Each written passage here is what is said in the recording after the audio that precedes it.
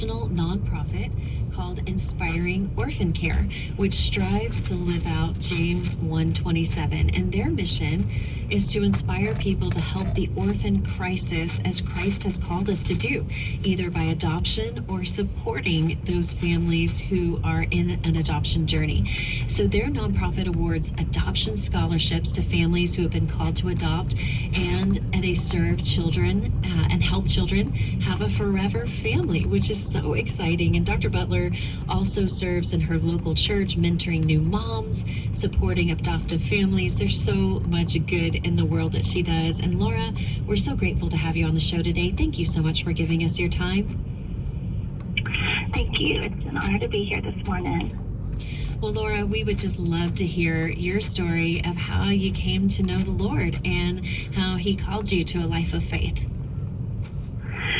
Absolutely. I love talking about this story because it's sometimes we get kind of dull in our boring stories, but over the years I've learned to embrace my boring story. I grew up in a Christian home.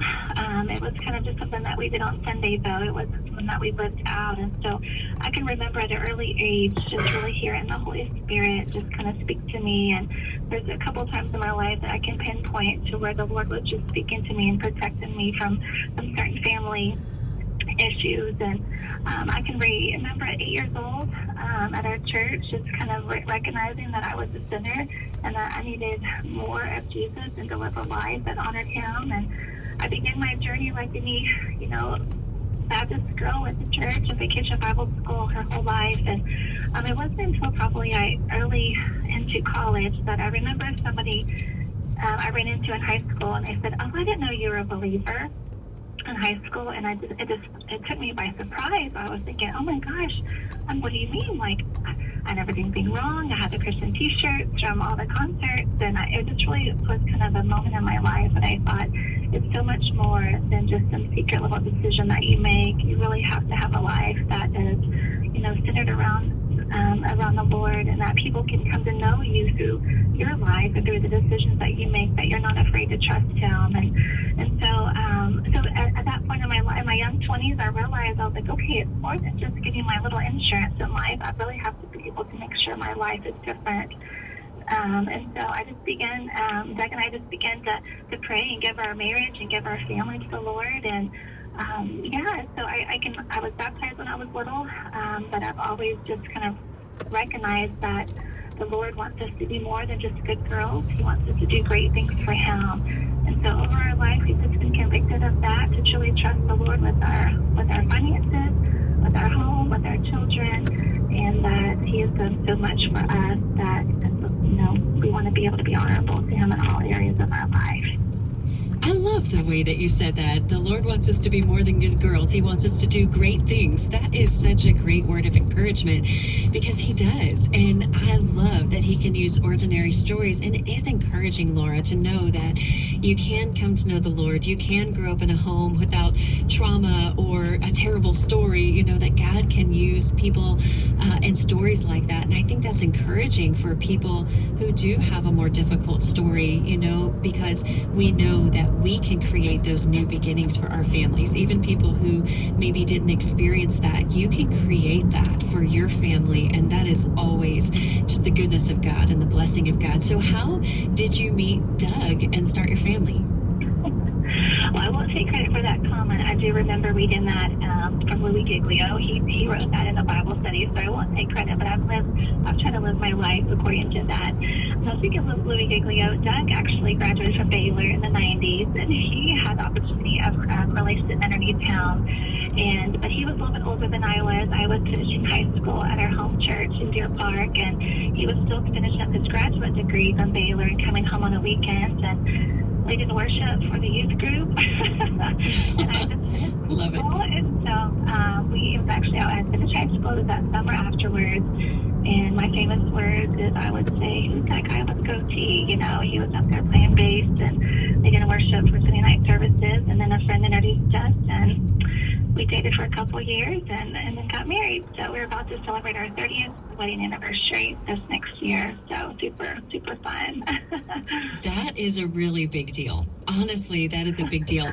I'm right there with you, Laura. My husband and I have been married. Well, he says 27 years. It's actually 26, but that's okay. He said that, it's just been so great. He added another year on there.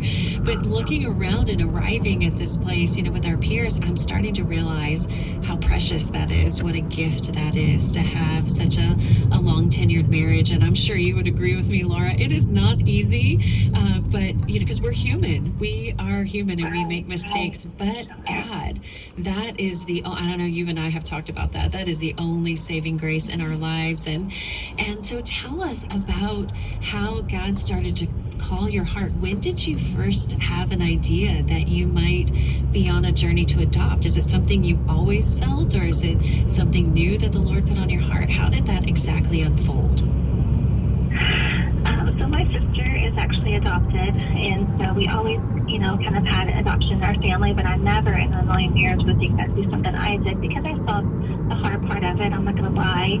And so I just was like, okay, Lord, I know I want biological children, but it wasn't until, again, I was doing my Bible study with my daughter, Jordan, that we got to the end about, okay, God wants you to do more than just be a good girl. He wants you to do great things for him. And so our littlest at the time, Carson, he was about to start kindergarten, and I was kind of like, okay, Lord, what's next for our life?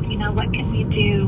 What do you want us to do that would be something great? And, do I need to go back to work full time? Do we need to move to Africa? We're just kind of praying over all the things. And it really was just kind of like that red flashing light in our life that the Lord kind of just said, well, do you trust me? And of course we're, battling with that. Of course, Lord, we trust you. And he was like, yeah, but do you trust me with your family? Do you trust me with your finances? And of course, at the time, you think about, okay, I've been kind of working PRN my whole life. Do we have enough money for Baylor? Yeah. A couple of years. That's all the things that I'm thinking about. And the Lord just kept saying that, do you trust me? And so we both were very humbled and got on our knees and said, Lord, we do trust you. What does this look like? And little by little, just things started popping up in our life. I began planning a medical mission trip to Haiti with some of my girlfriends and many of them that and that was probably back in 2013. And I just remember just doing all the research for Haiti. It was the poorest country in the Western Hemisphere. Maternal death was over 50%, and the child trafficking for young girls. And as I was planning this trip, I would always come to the dinner table and say, hey, did y'all know Haiti is blah, blah, blah? And finally, we were talking about adoption, and I was like, I don't know, babe. I worked with one of our colleagues in the foster care vulnerability, taking nursing students into the homes, and I was like, I don't know if we can do that. And then Africa, you have to live there for a month. I don't know if we can do that. And here I have small children, and so we started talking about well, what would it look like? Well, could we? Would we? And then one time, my husband said, why don't we ask the kids what they think? I was like, yes, because they will. This is the most craziest idea, And so I was like, okay, yes. And at that time, they were, literally like 5, 8, and 11. And we sat down one night and we said, hey guys, the Lord's kind of pressed this thing on our heart. We want to just kind of put it to you guys because it will affect our family. And what do you think about adopting a little girl, and possibly from Haiti? And they literally looked at us like, well, why wouldn't we do this? And they said those exact words, Jessica. And I thought, oh my gosh, we couldn't even talk ourselves out of this if we tried at this point, And so we began just to be rejoiced that their hearts were already open to it. And so we prayed for all the countries, foster care, Africa, Haiti, China, and there was so much going on in the other countries. And one day we were sitting on the couch, and Doug said, hey, do you remember that song I wrote a few years back about Haiti? And because at that point, it was a few years after the earthquake in 2010. I was like, yeah, I remember. He said, let me go back to the music room and get this song. So he went out, got the song, and he brought it back in. And the first part of the song, Jessica said, look into the eyes of a little Haitian girl. Oh, so you're kidding. Like, God, no. You're kidding. I'm going to make this up. And so we literally looked at to each other, and we're like, oh my gosh, it has to be Haiti. So for our family, Haiti was that flashing light, and so we would be just so honorable to the Lord if we didn't go that route. And so, of course, I think we chose the most, or the Lord chose the most hardest country ever, and so we began the process, and the whole process took about 3.5 years. So yeah, that's kind of what got us on the road and our journey to our sweet Anna. That is, I have goosebumps, honestly, Laura. I really do, because I think that, you look at those things and you know that our God is not a God of coincidence. These things don't just happen because, oh, wow, isn't that an amazing coincidence? But you've described very clearly your path of obedience, of submitting to God's will, saying, I was just taking some notes as you were talking. You said, do I go back to work full time? Do I go to Africa? Anything was on the table. And I think that's such a beautiful picture of getting to submission to God's will and to whatever God may have for you. And that is absolutely great thing. So, and I can't even believe that about Doug's song. I think that's just absolutely beautiful. So I want to know more details. Yeah. Go ahead. More confirmation, I'll tell you, because God is so good. Whenever we got our match with Anna, we had to go to Haiti for 2 weeks, and on her paperwork it just said her first and her last name, her given last name. It didn't have anything about a middle name. And so while we were down there, Hurricane Matthew was a Category 5 hurricane that was coming to that little small country, and I remember getting alerts on my phone that said, if you're American, you need to leave. But we couldn't leave because we had to be there for 2 weeks, or we would go back to square one, our adoption process. And so we knew we had to be there, because then we would go home for a year and then go back and pick her up when her paperwork went through. So we knew this was such a valuable 2 weeks. So we just hunkered down. We were like, we're from Houston. We can do hurricanes. But at the time, during there would be 3 days that we weren't going to be able to get to the orphanage, or what they call a creche in Haiti. And so I reached out. I boldly remember the Lord waking me up from my sleep and just saying, just ask. And so I asked the orphanage director, could you bring Anna to our guest house? That way we could spend these 3 days with her, that we aren't going to be able to get to the creche when the water is high. And surprisingly, he said yes. It was the first time he'd ever given permission for an adopted family to have a child, off our campus. So we just felt such peace about that. So as we're waiting for the storm to blow in. Hold on. I'm going to hold you right there, Laura. We're coming up to a break, but I'm riveted. I want to know what happened to you. This is an incredible story, Laura. What an amazing miracle of God's grace. And we're in the middle of Hurricane Matthew in Haiti. Listen, do not go away. We're going to be right back on the other side of the break with the rest of this story. Don't you want to know what happened? I cannot wait to know what happened. Remember that November is National Adoption Month. And if you want to know more about Laura's story, go to inspiringorphancare.org. And we'll be right back with the rest of the story. Don't go away.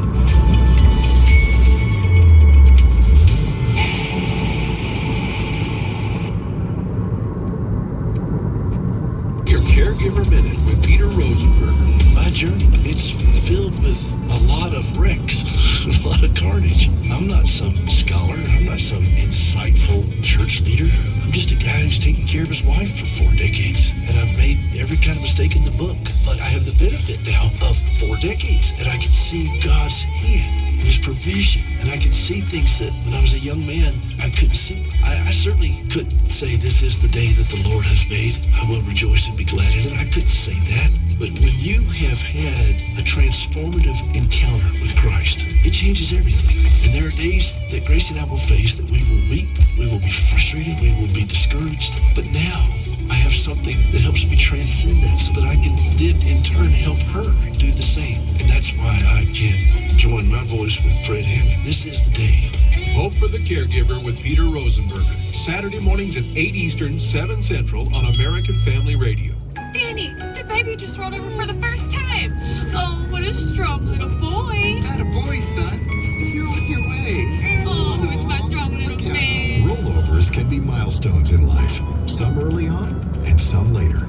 One rollover you might consider is from your individual retirement account to a charitable gift annuity with the AFA Foundation. If you'd like to increase your retirement income and leave an impactful gift to the work of American Family Association, the charitable gift annuity is a worthwhile option.